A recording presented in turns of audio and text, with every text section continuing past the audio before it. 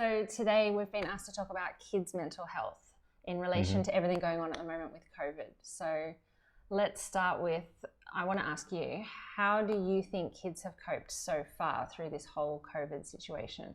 Do you think that it's been a challenge for them, they've been struggling, or do you think kids are resilient? It's probably affected us grown-ups more than kids? Well, we're not, first of all, we've got to say we're not experts in kids' mental health. Okay. However, brain health we are experts in. So there are a couple of aspects to that question. One is there any immediate damage to kids' mental health? And the other one is, what's the long-term ramifications of what's happening in kids' mental health? Yeah. We're talking about kids, of course. This applies also to adults, but talking about kids. So kids are sponges. They are constantly learning from the environment. That's what they do. That's what they're designed to do. They're constantly absorbing the energy around them, the collective energy, but also the individual energy that comes from their parents. Yeah. So whoever the closest parent is, how are they viewing the coronavirus situation in which we're in, the lockdowns, how they're being viewed, how are they reacting to that? Not so much the view, because we can all have different opinions, but how we're reacting emotionally to what's happening. If the parent is going to be in a constant state of panic, or the grown-ups around him or her in a constant state of panic, well, that's not going to bode well for the mental health of the little person. But don't you think that's really hard for parents to control? Because the media's everywhere. They're getting, before we even went into lockdowns and stuff, they're getting messages from school. Like we've seen that with our little one as well. Like school increased the importance of washing hands and who knows what else they were saying. We're not there to see what other messages are being passed on. Then there's friends and friends' parents and media. It's very hard to kind of only present your perspective on it to the kids. And sure enough, the kids are also absorbing the media presentation. But look, unless you're watching the news, kids will not naturally watch the news. Depending on their age, but even teenagers are usually not interested in the news. Usually not just interested. The social media news. Social media news. Great. They're in their own little world. They're in TikTok. They're not necessarily receiving the news like we receive it through Facebook or some other one. So that's the reality, because kids are not interested in it. Well, they're all going to be different. Some are going to be more interested. I mean, teenagers are going to be more all interested. All the teenagers, maybe they're going to be more interested, depending. But usually they're more interested in who the next boyfriend or who the next girlfriend are. Those are the main news. But they may even see, older kids may even see the whole wearing of masks as a fun thing. I've seen some teenagers relishing in choosing their mask and making different colors, or even wearing it like as a sense of pride. So they don't have to be so connected to reality as adults are. That's not their job. That's not their job.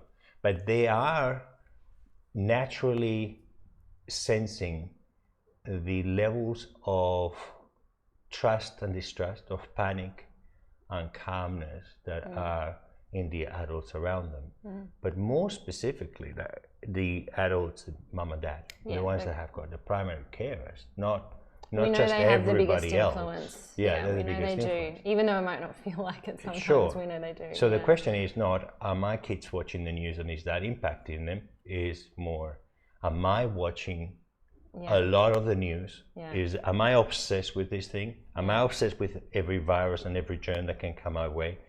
And is that causing an anxiety in me that even if I shield intellectually my kid from it, is that still polluting the psychological sphere of the kid? But what's the balance between, like, because you can go that way and say, right, I'm going to try and shield and protect them as much as possible and not have it impact, their life, or have it minimize the impact on their life as much as possible.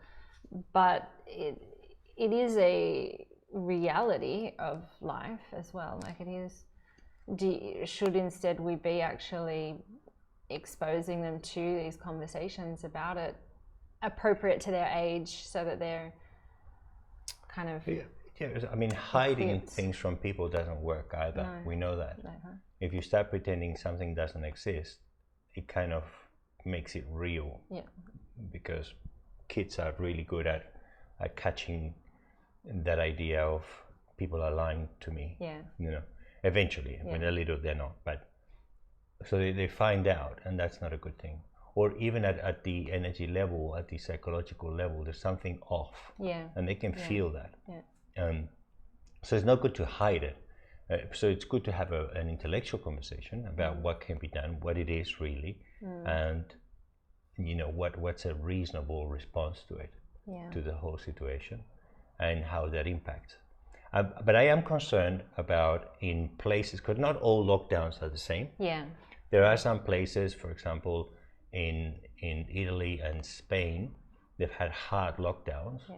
South Africa as well. In South Africa as well, in which children have not literally been able to leave the house for months.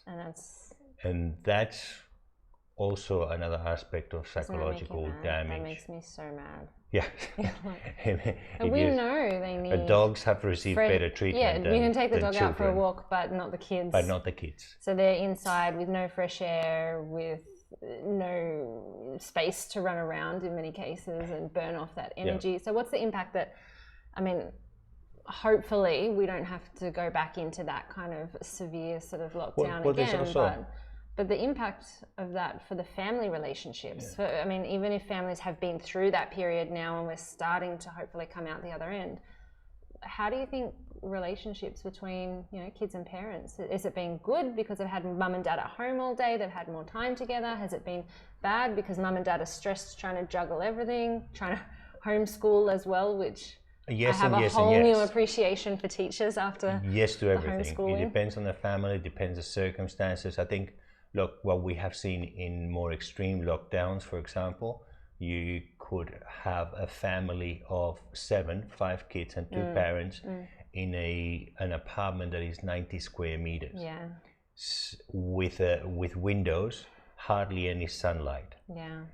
And you have other families, 2 kids, 2 parents that live in a backyard. They have a backyard, they have a terrace, they've got a gym equipment, they've got all this. So there's lockdowns mean something else very, very differently.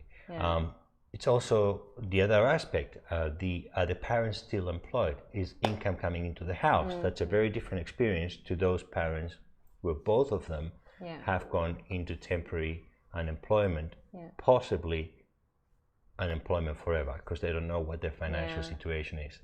In some cases, the government has promised money to these people, but it has taken months, 6 weeks, 7 weeks, 8 weeks to arrive. The bills are piling up. So that's causing different pressures. So when we talk about lockdowns, people refer to lockdown to their own unique experience. But that is not the reality of everybody. And this is the problem. People defend lockdowns according to their experience. But, you know, very few take on the experience of, okay, what's happening to everybody? Not just to me, that I have a beautiful home with nice... Well, there's some people that we know of who couldn't get food in. They weren't allowed to leave to go and get groceries, and they weren't allowed to have anything delivered. So you were stuck with whatever you happen to have in your cupboard for a few weeks. Exactly right. Depending on the draconian lockdown, how harsh it has been. I mean, we know in China, in some places, they actually seal people into buildings without food. So that's the panic response. So getting back to the question of how is that impacting kids in the United States, we know that turning up to hospital parents with kids because of domestic violence has increased by 44%. 44%. And when these presentations to hospital happen, it's not when the kid has had a little bump or something like that, a hit or anything. It's when they think that the kid is dead, is almost dead, because they've been punched or by mum or by dad, because you know, violence can come from both to kids. But we sort of have that idea that that's other people, that's, you know, that's not my family or anyone I know, that couldn't possibly happen. That's just people under pressure people, behave crazily. We know that. It's not like it can happen to other people but not to us. with enough pressure, we all tend to behave in a way that is not typical of our own behavior. So what kind of impact is that having? Physically, not very good. 44% increase. That's huge. We know suicides have increased as well. In some places, in the first 6 weeks of lockdowns, they've had a quadruple number of suicides. So we see that there is a direct impact of the situation created by the response to COVID, not COVID. But the situation caused by the response to COVID. And that's the whole question: is the cure worse than the? Yes, and in many cases, for many people, the cure has been worse, if not for the majority. So, in practical terms, though, what's changed for children? Compared to their pre-COVID lifestyle, another aspect what's different that now? has changed for children in many places is they've been taken out of school. We know from the research that kids that are not in school when they should be in school, they get disadvantage. They get years of disadvantage later on in life. So we're going to then, you think, in the future see a whole globe? I mean, if they're all equally disadvantaged because no one can go to school over this period, so everyone's a year behind, for example, then what does it really matter if everyone's just a year behind where they would have been? Or is it maybe it's probably not equal, though? Maybe I'm sure when it there's comes people that to have knowledge, maybe you see when it comes to knowledge, maybe kids can make it up somehow. But I'm more concerned in little kids like 5-year-olds, 6-year-olds, 7-year-olds, 8-year-olds. They are going to school is not simply a learning content. There's an important social, psychological aspect. They're learning from each other. They're learning from other kids how to behave in society, what is appropriate behavior, what's not appropriate behavior, how far should I be pushing this person, this is play, but this is not play. So all those learnings impact at the psychological level very deeply at that stage. And that's been missing. That has been missing. And it's been missing since March in many places. And now we see that in some places we're going to a second wave. And they're even talking about a third wave. So we know that the human brain doesn't like to be stressed for long periods of time. We know that. And that when that happens, in some individuals find it really hard to come back from the brink of disaster at the psychological level. So it is worrying. We need to protect our kids. So how do we do that? I mean, I think. And you don't think like online classrooms and Zoom calls? I think for young kids, it just doesn't cut it really. It's not the same as physically getting hands.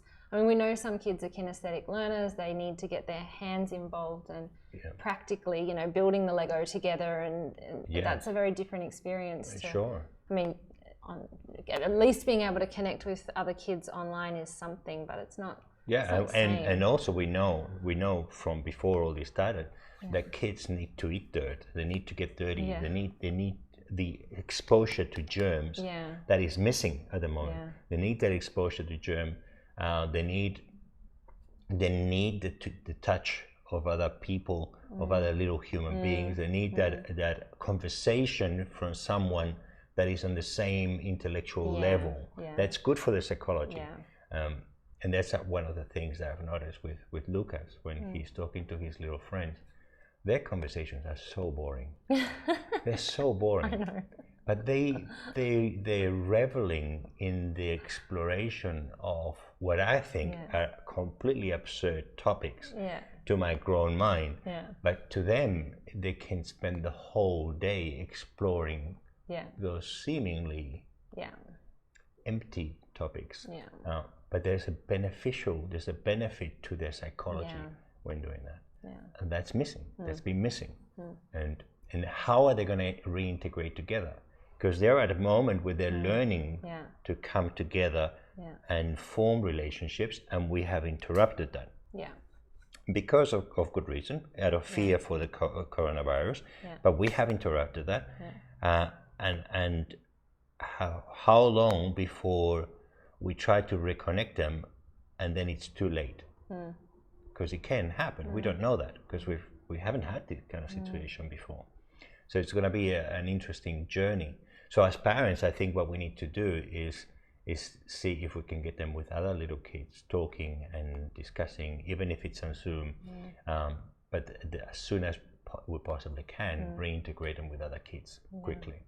They need not just these psychological stimulation. They also need the germs. They need the germs because the immune system gets stronger. I didn't realize how many germs until all this happened. Yeah. I mean, oh my goodness, he touches everything. He touches everything. They need to explore. They need to touch it. If there's a glass, they need to touch. And with their own little group, that makes complete perfect sense. And for older kids as well, I think, you know, that they're going through, I'm thinking again, early high school sort of years, they're going through such an emotional sort of time. And that is the time when, you know, school friends become more important than mum and dad. You know? And that's an important topic because the teenagers have been suffering. There's been cases, I think there's been cases around the world where young kids, 15, 14, 15, have actually killed themselves. That were perfectly fine until then. And it's sad that has to happen. We think, oh no, they'll understand it. And there's something about understanding something intellectually. But it doesn't matter if you understand it. It's still, I mean, even for us grown people who have had more of an opportunity to develop some emotional intelligence and get a handle on things, you know, biologically, they've got all the sort of, it's a very emotive time anyway with all the hormones going and all the sort of adjustments being made chemically. So they're more like, and then the brain's not fully developed yet. So if it's hard enough for us with a fully developed brain and a somewhat stable-ish, you know, chemical system in the body, and it's been hard enough for us to understand it intellectually and to actually live it. They're completely different things. At the end of the day, I'm still stuck here and I still can't say, you know, I still can't hug my friends, or I still can't, you know, and now even if you go out, there's still, you know, different friends are also going to come from different families that have different perspectives on the whole COVID situation. They're trying to come together. Well, our family's more relaxed about it, but your family's not. And how come, you know, my friend gets to do this, but I can't? And that goes into that too. But plus there's another aspect, psychological aspect, which is the time factor. As a grown-up, if you get told, all right, well, you're going to have to be 2 weeks in lockdown. 2 weeks for a grown-up means something completely different than 2 weeks for a 5-year-old, for a 10-year-old, for a 14-year-old, for an 18-year-old. It's completely different because they haven't lived as long and time changes. Time goes faster, So now bring it forward, and now the media is saying that this could possibly take a couple of years. A couple of years is a long time for me, let alone for a young person. That's your life. That's your life. So what do you see as some of those, even with it being, say, I mean, we're looking at the whole of 2020 kind of being a bit of a write-off, and it may go longer than that then. So I'm just trying to picture a society where kids haven't gone to school or haven't had consistent schooling, or, you know, they've living in a society where everybody is afraid of germs and wearing masks, or you know, police, you know, there's a lot more police presence. I mean, we've already seen the way Lucas responds to police has changed. You know, it's a very different upbringing to what any of us have been used to. I mean, I guess every generation has a different upbringing though. So if this is just like, oh well, this is the next style of upbringing for kids. But we can only do so much to prepare them. I mean, the good thing about kids is that they can adapt and they can adjust, and they tend to adjust very, very well. Now, how much damage in that adjustment happens, it depends on each kid. Are all kids going to be damaged? Not at all. No. There's always, most of the kids will be fine. Most of the kids will be fine. We'll have to remember that, especially if as parents we take action. We limit the exposure and our exposure to the media. We don't need to be on top of the news. We need to remember the news are not designed for our benefit. They're designed to capture our attention. And in order to capture our attention, they're going to maximize the levels of panic, fear, and drama. So we can see, we want to watch it. Yeah. Because we're attracted to that drama. Yeah. So if we keep that in mind, then we will limit our exposure to that. Yeah. And we need to be disciplined. That's critical. Yeah. For the sake of our families, for the sake of our kids. Yeah. We need to limit that. We need to limit their exposure to it. Sure, have good, solid, emotionally balanced conversations around what are the things that they need to do to protect themselves from the coronavirus or any other virus that might be floating around. But teach them to react in an emotionally balanced way. That's an important thing. So that's hard for parents to, I think, especially of older kids. Do you lay down the law and say, this is it, we're only, watching this much TV, or that we're going to make sure we delete all Facebook from your phones and you can't have it, or you don't want to turn a lockdown into an even worse prospect for them either. That's right. It's not about limiting Facebook. They're probably not on Facebook, by the way. That's not what young Instagram's the new thing or whatever. I don't know. TikTok or Instagram or whatever. Yeah. That's probably a useful distraction for some kids. It helps them to stay connected socially. Obviously, the same rules as before, the same advice as before. Make sure that they're prepared for the online world. That hasn't changed. So it's more about those conversations and keeping communication open and regular and talking about whatever comes up, whatever. Yeah, I mean, make sure that you as a parent have got time for your kids. Exactly. If the kids are going to be in front of the screen all day, where are you as a parent? Are you also in front of the screen? You're busy working because now you're working from home and you've got to try and... It could be that you're busy working, but that's a screen. And then you leave that screen, and what do you do to relax? So you get in front of an iPhone? Yeah, you have to structure. Or in front of the TV, in front of this... You have to be aware that your kids need to be engaged at the physical level, even if they're on lockdown. And you will be the one that needs to lead that. Really, really helpful for us and for a lot of the people that I've spoken with has been, okay, we're now in a completely different environment. We need to create a new routine that's going to work with whatever the constrictions and restraints are at the time, and whatever the situation is. We need a new routine for when we're working, when we're playing, when we're doing schoolwork, when we're getting some physical exercise, all of us, no matter how we can, going back to basics in a lot of ways with what we know is good for you, the basic self-care stuff, diet, nutrition, diet is very important. Movement, sleep, social interaction where we can, having those conversations and keeping connected with the outside world appropriately, just getting coming together as a family every day. That's important for the kids' sake. And it becomes habit. It just becomes a routine. It creates that structure, especially now in a world where there's so much uncertainty and lack of structure, to have at least some routine and figuring out what works best for your family with your requirements.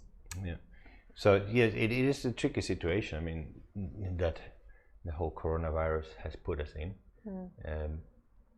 It is improving, though. We need to remember it's improving. Some people focus a lot in infections, but deaths. We are seeing death rates going down. It seems everywhere in the world, they have drastically reduced. Well, I've heard that we know how to treat it better now. That is also true. So the treatments, I think, are improving. But also, I think that the people that are responding to COVID, there's less of them responding to COVID. So there's a few reasons why that's happening. But I mean, keeping to the psychological aspect of this, we got to remember that this is not a new normal. That's what I was going to say. There's nothing normal about this. I don't like that expression because it wants to normalize something that is abnormal. Well, new by definition means not different to before, which means it's... So if this is going to be anything, this is abnormal. And remember, what we need to be teaching our kids is that there has to be, and there will be an end to this situation. There will be an end. One way or another. We don't know exactly when. Or what it's going to look like. Well, we do. The returning to normal will mean we will live without masks. We will live without having to be Yes, we don't know. yes, We don't know what. I mean, we've seen in previous, incidents that have happened around the world that then it changes, the way we go through airports forever, et cetera, Oh, et but cetera. So might I be expect different. there'll be some. That might be different, but you don't have to protect yourself forever in that way. You don't expect it to be, because otherwise it wouldn't be. It's not natural. So you need to look at what is nature. Everything returns back to nature eventually. We all do. So this will also pass, and we need to tell people that this will pass.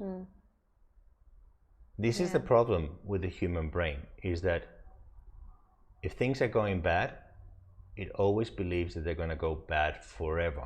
Yeah.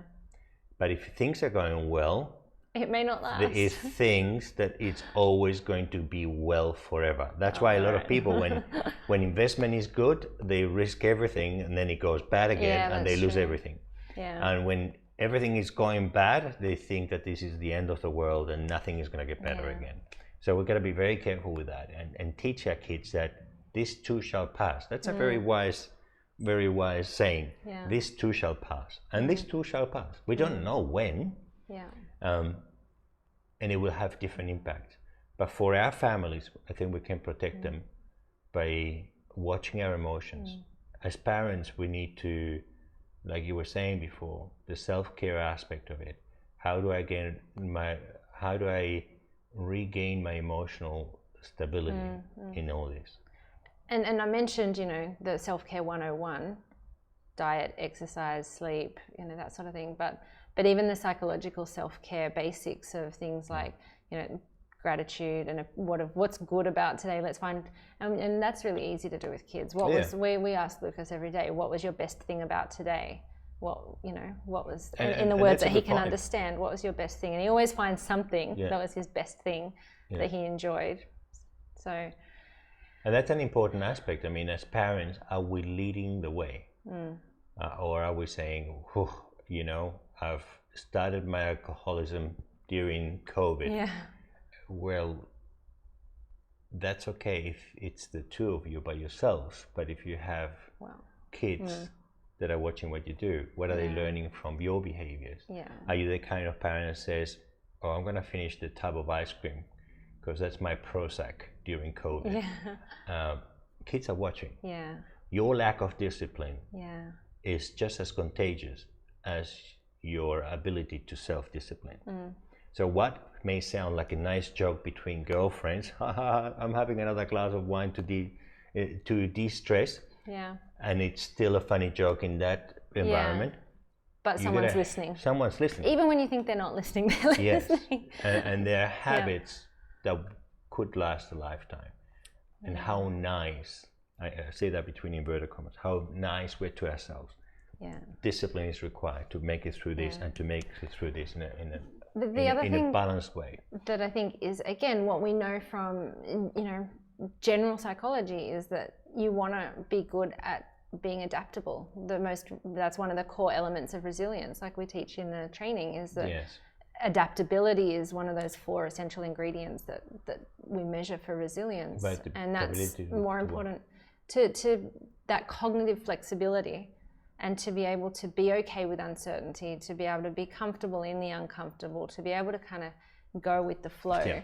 And, I've always said this with my private clients, that I tend to get a lot of people that come for help. They're high achievers, they're very disciplined, they're overachievers, and if there is such a thing, but with that comes wanting a sense of control over everything. And so it's that old idea, like, let's control and create routine and structure and certainty where you can, and also be okay accepting that the life is going to throw interesting challenges in there from time to time. And you've got to be able to kind of go with it. And that's an interesting thing, because that also reminds me, our ability to adapt as human beings and to relax into something that is happening works for us to get us through some bad or negative situation, and at the same time it can backfire on us. So one of the things that I have observed in some people is that, and they've said that, if I don't start work within the next month, I think I'm just going to not want to go back to work forever. Yeah. And I've seen that in a lot of kids too, in which they're delighted to be in the coronavirus situations because they don't have to go to school. Yeah. So that's the ugly side of things. Yeah. Are we so comfortable in lockdown that we don't want it to finish? No, we're just... are we so comfortable in not having a job that we don't want that situation to finish? It's not sustainable. I want to keep... well, we know, there's a part of us that we know that it's not sustainable. But later on, when we do go back, are we going to have to relearn new skills? Yeah. And that's something to think about, because I'm thinking about the kids that are barely used to going to school, some of them. Yeah. And we've interrupted their schooling. Yeah. And then the older ones that probably didn't want to go to school to begin with, and we've interrupted their schooling for a long time. They haven't had to face that. The reintegration into normality, where they go to school, where they go back to work for grown-ups or even younger people when they go back to work, that could be a challenge. Yeah. So workplaces need to be ready for that too, not just parents. But parents, we need to be ready for that. That kids don't. That's why the idea of self-discipline. Not everyone hates school, you know. I loved school. Yeah, I know, but you. Most of it. Yeah, well, that's good. I didn't. And I reckon there'll be plenty of kids out there that are dying to go back to school, and they really want to get back, see their friends. I haven't met them though. I have. You've met the ones that are dying to go back to school? I know some. No, okay. I know some. Yeah, but most of them are not wanting to go back to school. I'm sure some of them are. Everyone's different. If they've already been a bit socially shy, for example, you get out of the habit of doing it. I mean, even for myself, you know, I realized that not going out in public and speaking another language specifically, you know, I'm out of practice speaking to people in another language. And so it took a little bit to get used to that again. And it was like, oh, I haven't had to do this for a while, and now I have to, you know, put myself out there and take the risk. And, you know, I imagine it would be very much the same for those more introverted, socially shy or awkward kids. I mean, it's not, they're not, none of this is an unsurmountable problem. No. But it is something to have into consideration. So when we're dealing with our kids every day, we try to get them to practice discipline somehow. It could be, but you can also reassure them that it's normal, like everything. I mean, that's one of the principles in psychology, in critical incidents and potentially traumatic situations, is that, you know, this is, whatever you're experiencing is a normal response to an abnormal situation. Oh, sure. Yeah, so, that's called normalizing. You know, so it's important that again, you have those conversations. You can normalize. You can say, look, wherever you're at, it's fine. But what do we do about it now? Yeah. What do we? So what you're feeling, what your reactions are okay given the circumstances. Yeah. The circumstances are not normal, but given the circumstances, our reactions are normal, and that's okay. That's a way to deal with them. I don't. Yeah. So let's see what else are some of the questions that have come through. Parents scared to let people see their friends.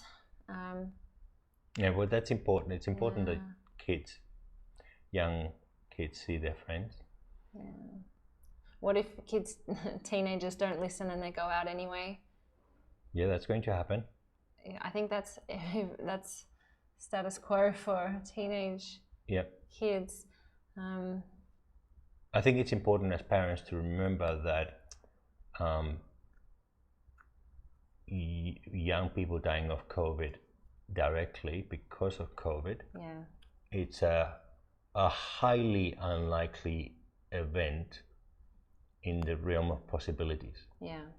Like the media has tried to aggrandize the one case or two cases, but those kids already were very, very sick because of something else. They were not healthy. So it makes sense though that if you're a parent of a child that is in one of these sort of vulnerable groups, perhaps they have respiratory problems normally or something like that, then well, you're going to be more, the tendency would be to want to clamp down and hold them close and, you know, bubble wrap them. You want to do that, but you need to remember that possibly your kid is more at risk of dying in a car accident when they're traveling with you to go to the shops during COVID than actually dying from COVID. But we're emotional beings. We don't not Yeah. rational. We don't. They're more really likely. do the sums. They're more like they have a higher probability. We all do of getting bitten by a shark in the water than actually. You know, if we're below a certain age, it's very. It's less likely that we're going to catch COVID and die from that. But this is the idea that there is risk in life, and that's there is part risk. of There's life. always risk. And so we're always sort of balancing. And not only and fear, anxiety is there to keep us safe and protect us, but it can do the opposite if we take it too far. But not only that, we also know that psychologically speaking, without risk, life is not enjoyable. No. And that's why we see kids doing the things that they do, like climbing high things. Exactly. They're always pushing the boundaries. They're always increasing the risk. And you can see mom and dad, oh my God, he's going to fall down. He's going to hurt himself. Do I stop him? And you got to go, you got to let him go. Got to let him, because otherwise there's no enjoyment to life. There's no learning. Yeah. And this is the same for all of us. Yeah. A life without risk is not worth living. Yeah. And we need to remember that. So a certain degree of risk is fine. Yeah. A lot of risk, no. You know, there's certain things that we should be doing. We know we should be washing our hands regularly. And we see that in countries where people don't wash their hands that regularly, we've seen more problems around this. Yeah. So it's not very well talked about unless you know the countries, and then you realize that that's one of the things that they don't do as well. So that's something to remember. You can take certain measures, but remember to put the human first also. Yeah. Otherwise, we're killing the kid psychologically. So you're going to have a very healthy kid, but a very damaged kid. You can have a very healthy kid physically and a very damaged kid emotionally and psychologically. Yeah. So we've got to take care of the whole thing. That's true. And it might be a balance between things. And the last sort of question that I can see come through here is if kids have to go through the COVID test and how we can support kids through that process. I don't think it's any difference than taking a kid to the dentist. Yeah. You know, sometimes it's got to be done. I'm sure that you would only put a kid through that if there's a good reason for it. Yeah. I haven't heard of many kids having that test done.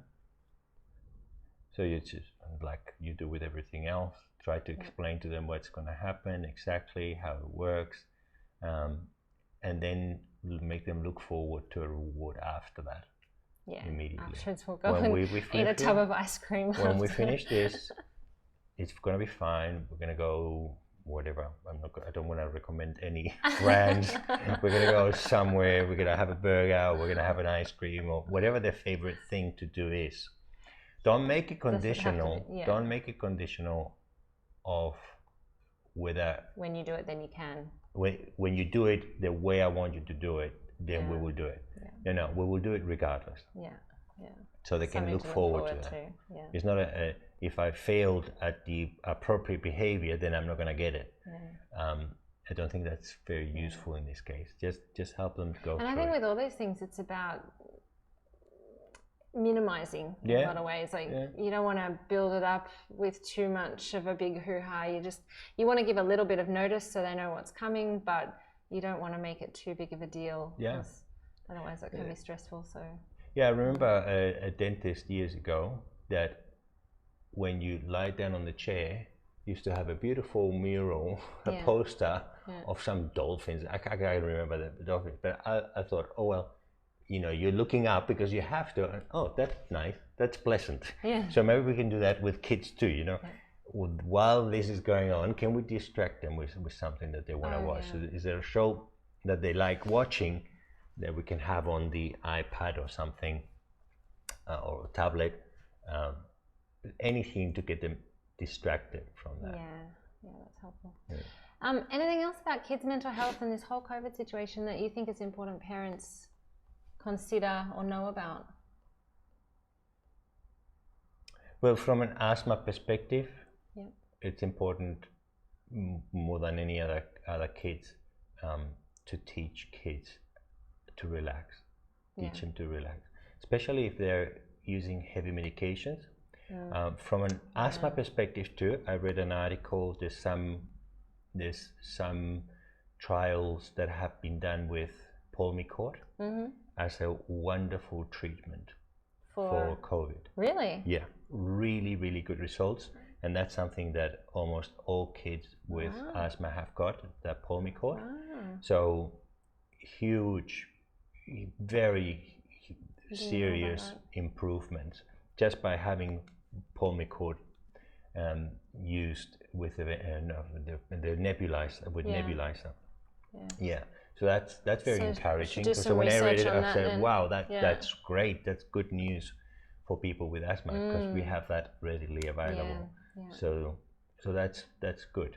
So it's not like you have asthma and you're gonna die of COVID necessarily. No, it doesn't follow that pattern. That's good. And remember, kids are strong. Their immune systems are strong, and if we keep them calm and happy. That's it. Keep physically healthy, keep mentally healthy, emotionally. Take your medication as much as so you it doesn't can, catch then you. you're in the best possible position, not just for COVID, but for life, obviously. Yeah. And then the same thing that we recommend to everybody else, you know, if you feel that anxiety is something in your family that keeps popping up, you know, well, have you considered talking to a psychologist or a mental health social worker or a counselor, a good counselor, about what's going on for you? And there's a good possibility that maybe the way you think around things, how you approach life, needs a little tweak.